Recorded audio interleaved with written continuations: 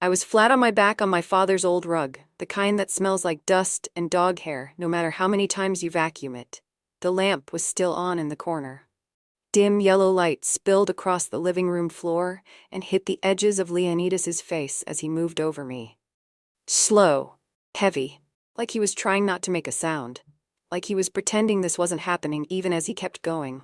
I whispered, "Stop," but my legs didn't move. They stayed locked around his hips like I couldn't tell the difference between fighting and folding. Have you ever done something that made you sick with yourself even as you did it? Like your body went rogue and your brain just shut up and watched? Yes or no? Comment down below. And if you're still watching this far, hit subscribe. Hit like. The more you do, the more stories like this find the people who are scared to speak. Back to it. His breath was warm against my neck. It smelled like whiskey and pine needles. His shirt was still halfway on, the collar brushing my cheek as he shifted. I could feel the scratch of his chest hair through the fabric, his belt buckle pressed cold into the side of my thigh. Every little movement made the floor creak under us, and I held my breath like that would make the sound disappear. Like silence could make me invisible. My hands didn't push him away. They curled into the hem of his shirt like I was holding on for dear life. And I hated it. I hated the part of me that didn't fight harder. The couch beside us? That old ugly green one? We used to sit there every Thanksgiving, shoulder to shoulder, watching football while my dad burned the turkey. When I was 12 and broke my ankle falling off the swing set, he was the one who carried me inside. Not my dad. Him, Leonidas Lee. He used to ruffle my hair and call me Little Azza. He helped me with my science fair volcano in the 7th grade. He brought me a used laptop when I couldn't afford one in college. He cried at my wedding. And now? He was inside me. And I didn't know if I was frozen or if I wanted it. I kept staring at the bookshelf behind him, at the row of old photo albums we never opened. One of them had a picture of him holding me in a pool, both of us laughing like idiots, his sunglasses crooked, my floaties too big for my arms. Back then, he felt like safety. Now, he felt like drowning. I whispered stop again, but quieter this time, not because I wanted him to keep going, but because the word had already lost its meaning. It was just breathing now, just noise. His hips moved slower for a second, like maybe he heard me, like maybe he cared. But then he kept going. The room smelled like sweat and old leather and guilt that hadn't fully arrived yet. Not the sharp kind that slaps you in the face, the slow kind that seeps into your bones and stays there. He finished with a sharp grunt, his face buried in the crook of my neck, forehead damp against my collarbone. He didn't say anything for a long time. I just breathed hard. His weight felt like it belonged to another life, not mine, not now. And still, I didn't move. I didn't move because I was scared that if I shifted even an inch, everything I built, the kids upstairs, the husband who kissed me goodbye this morning, the woman I thought I was, would all come crumbling down. He finally whispered, voice thick, "You shouldn't have come." I said nothing for a few seconds. My voice felt like it had been scraped raw with sandpaper. Then I whispered back, "You shouldn't have let me stay." If you've ever begged your body to forget what your mind regrets, drop your answer below, just yes or no. Comment where you're watching from. Hit like. Subscribe for more stories like this, not pretty, but honest. I didn't sleep.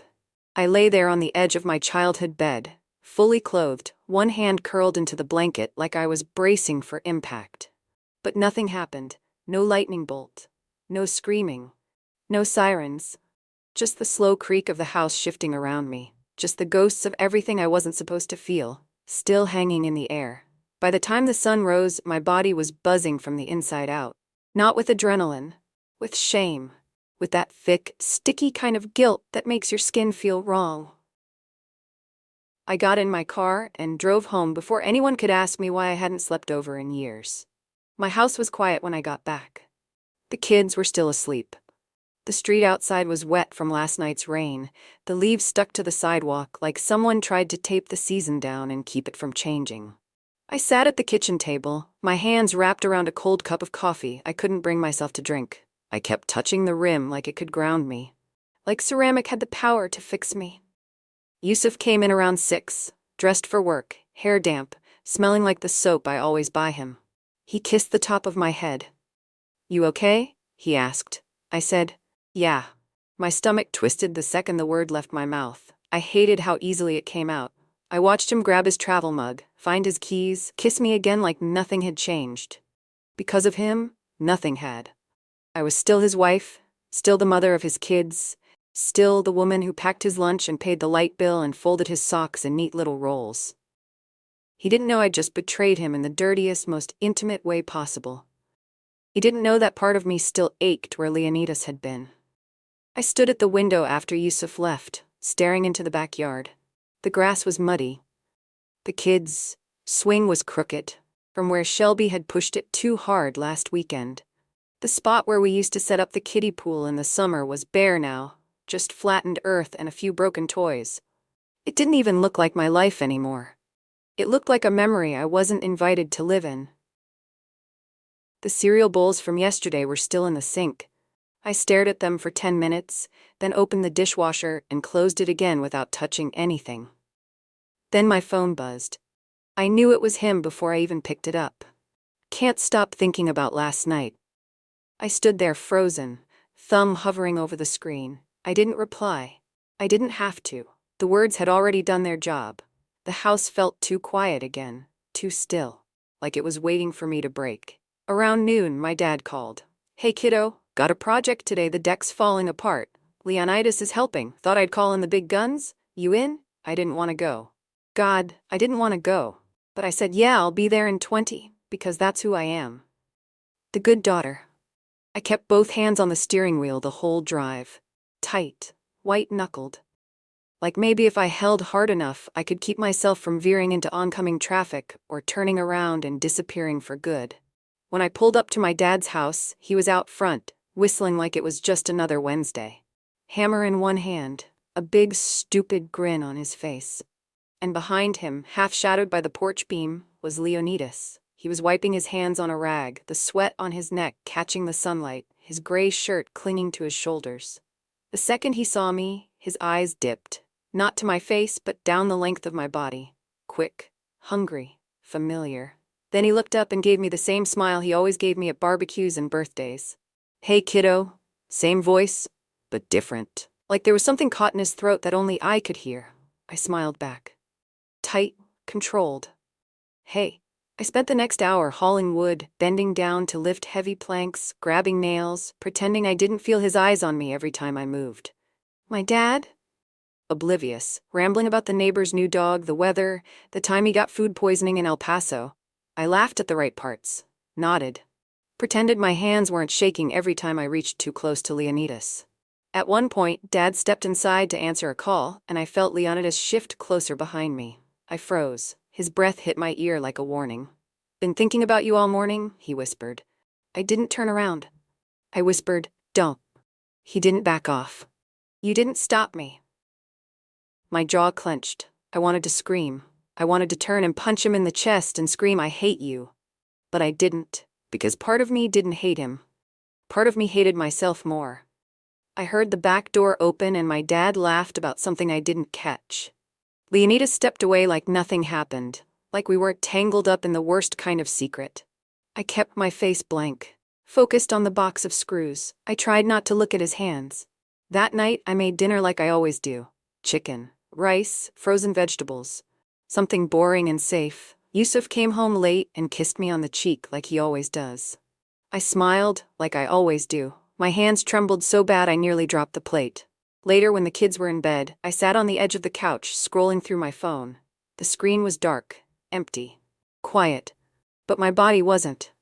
It was memorable. His hands, his breath, the pressure of him on top of me. And no matter how many times I told myself it was over, that I'd never let it happen again. My stomach still twisted when I thought about the way he said, "You didn't stop me." Have you ever walked through your life like a ghost, smiling while your insides were screaming? Drop a heart in the comments if you've ever felt that split between who you are and who you're pretending to be. Hit like. Hit subscribe if you're still with me, because it only gets messier from here. Have you ever walked into a room and felt like your skin already knew what's coming? Like your body's a second ahead of your mind?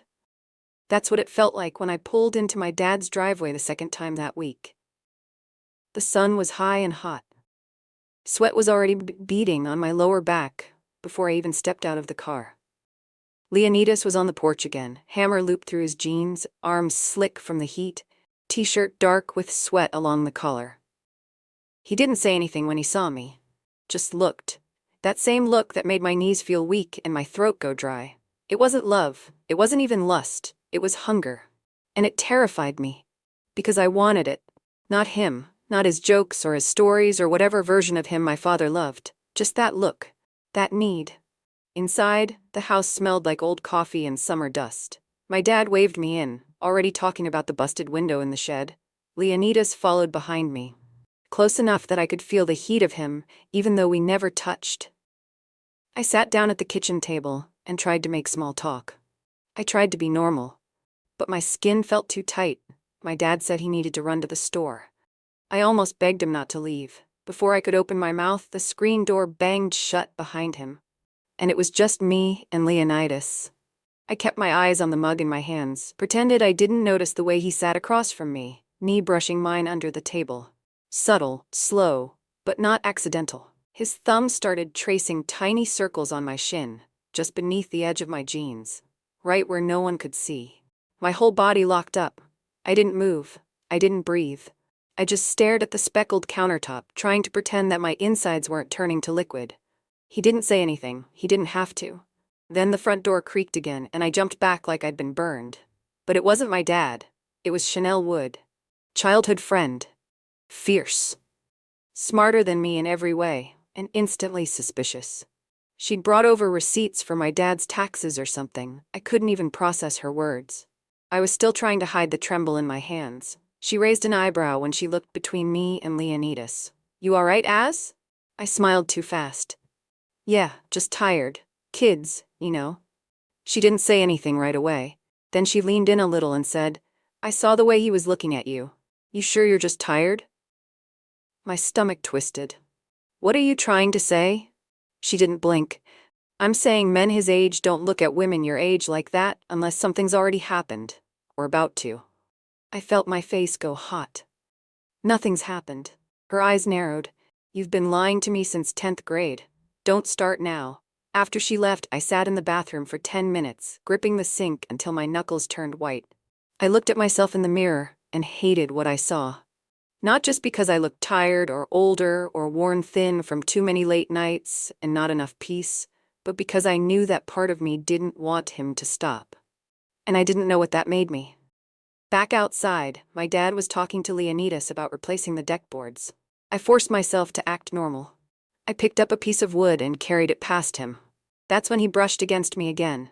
His hand slid along my hip. Quick. Possessive, like a warning and a promise rolled into one. I flinched, but I didn't say anything. And I hated myself for that too. Later, when Dad went inside to take another call, Leonidas cornered me by the workbench. No one was around. His breath was back on my skin, hot, heavy, familiar. "You're gonna break," he said. I swallowed. "Get away from me." "You want me so bad it hurts," he whispered. I shoved at his chest. "Shut up." He grabbed my wrist, not hard, but enough to make me freeze. "Say you don't want me."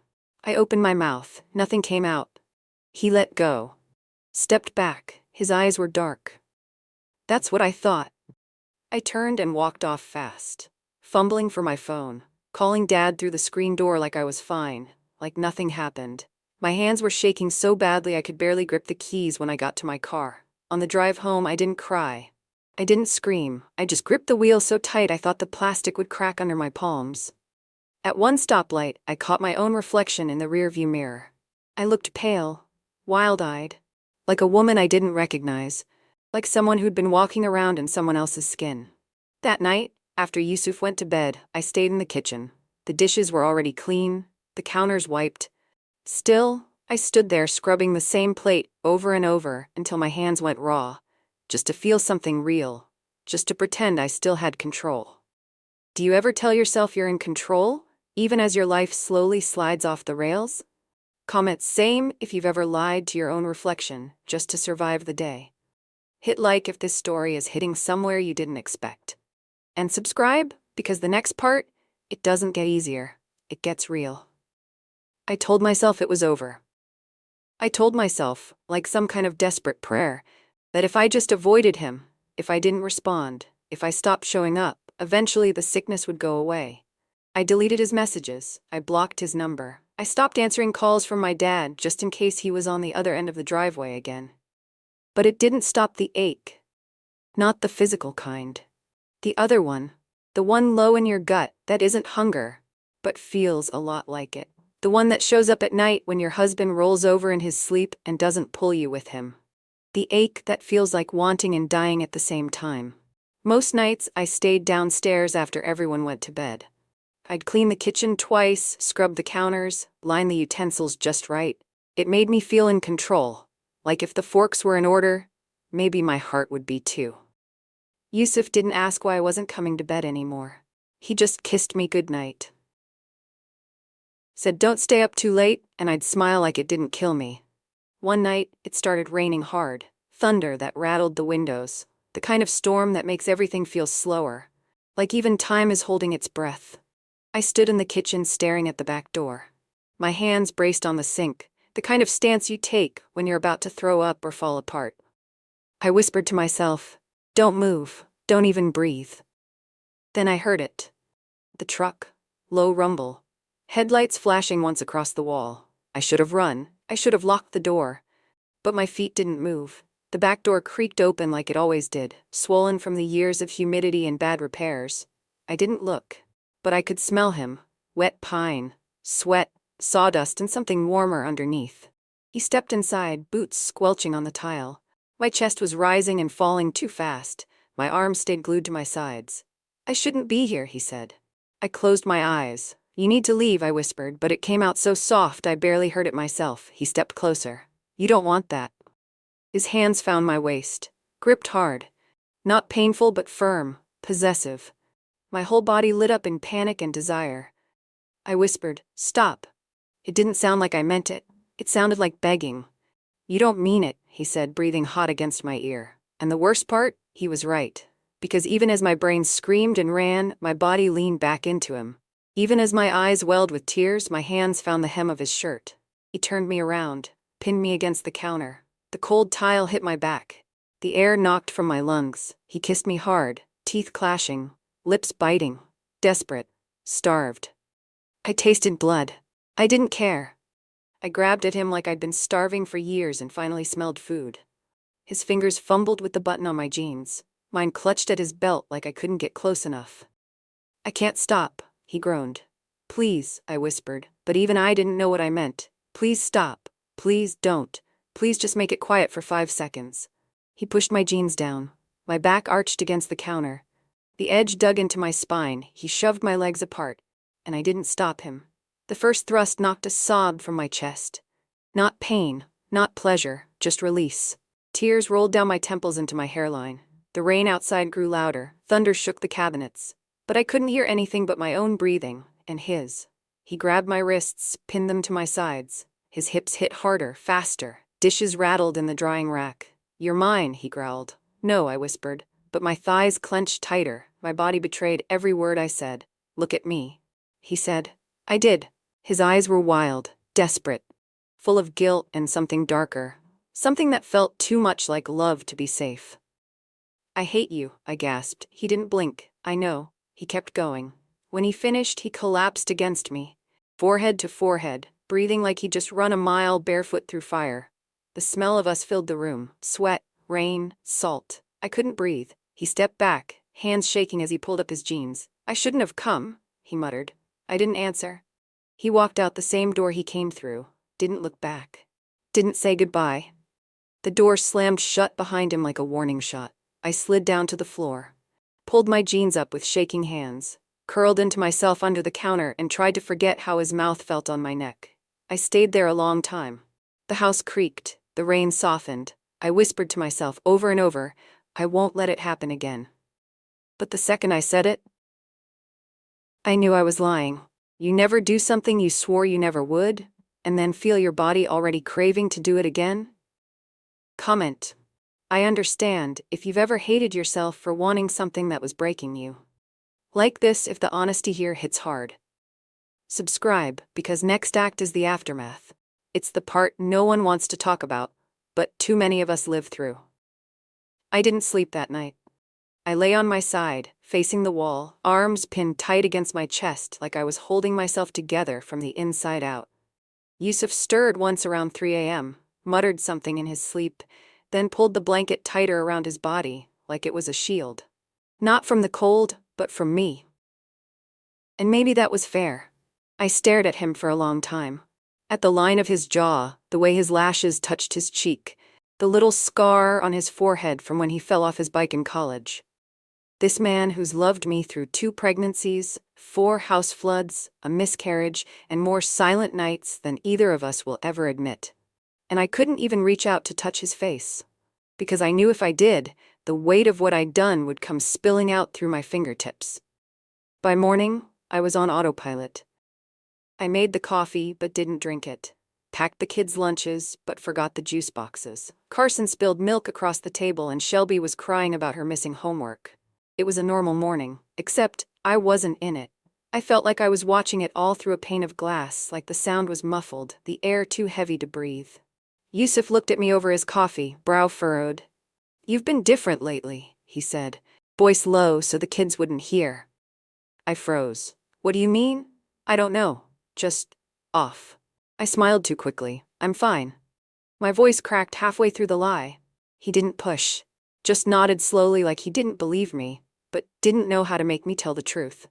Later that day, I walked to the corner market. Not because we needed anything. I just needed to move, to breathe, to feel something that didn't reek of shame. I wandered through the aisles like a ghost, picked up a box of cereal, put it back. Then I saw him, Leonidas, in the produce section, leaning against a stack of boxes like he belonged there, like nothing happened. Our eyes locked. I almost turned and ran, but my feet didn't move. He stepped into my path, didn't say anything at first, just looked, like he was waiting for me to fall apart. "You can't keep ignoring me," he said finally. I didn't look at him. My hands clenched the cart handle until my knuckles burned. "Get out of my way," I said. "You don't want me gone." His fingers brushed mine on the cart handle, and even after everything, even after the blood, the guilt, the shaking sobs in the dark, my body still reacted. A jolt, a spark, a tremble I couldn't fake or control. I yanked my hand back. "I hate you," I whispered. He smiled. Small, sad. "You're a terrible liar." That night I cooked dinner like I always do. Chopped vegetables, stirred the pot, set the table. Yusuf came home, kissed me on the cheek. Told me he missed me. I nodded. Smiled. I nearly dropped the spoon because my hands were trembling again. We all sat down to eat. The kids laughed. Yusuf cracked a joke about Shelby's math teacher. I couldn't taste anything. I kept swallowing around the lump in my throat. Later, when the kids were asleep and Yusuf was watching TV, I snuck into the laundry room. Sat on the floor, just sat. Let the warm scent of dryer sheets wrap around me like a lie I almost believed. Then my phone buzzed. I knew who it was. I didn't even want to look. But I did. "Leonidas, I need to see you." I stared at the message for a long time. Then I threw the phone across the room. It hit the wall. The screen cracked, not enough to break it, just enough to make it hurt. The next morning, Chanel called. I didn't mean to pick up, but I did. She didn't say hello. "Just you gonna tell me what the hell's going on?" I broke, told her everything, in a whisper, through tears. With pauses so long she thought the line had dropped. When I finished, there was silence. Then, "You think you're in love with him?" "No," I said. "I think I'm addicted to how he sees me." A week later, he sent one final message. "Leonidas, I'm leaving town. Say the word and I'll stay." I didn't respond, didn't delete it either. I just let it sit there, a glowing scar on my screen. That night, I climbed into bed next to Yusuf. He was already asleep. I lay there staring at the ceiling. My heart is slow, my breath is uneven. I didn't know if I wanted Leonidas again, or if I just wanted to feel something that made me forget how numb I'd become. I didn't know if I wanted to fix what I broke or keep breaking until I felt clean again. I didn't know who I was anymore. But I knew who I wasn't. Not the good wife. Not the safe daughter.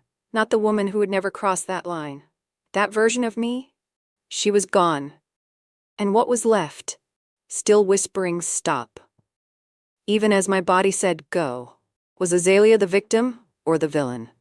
Drop your take in the comments. Be honest, no judgment here. Comment your city if you made it all the way to the end. Like this if you've ever felt guilt and craving tangled so tight you couldn't tell them apart. Subscribe if you believe that telling the truth, even the ugly kind, matters.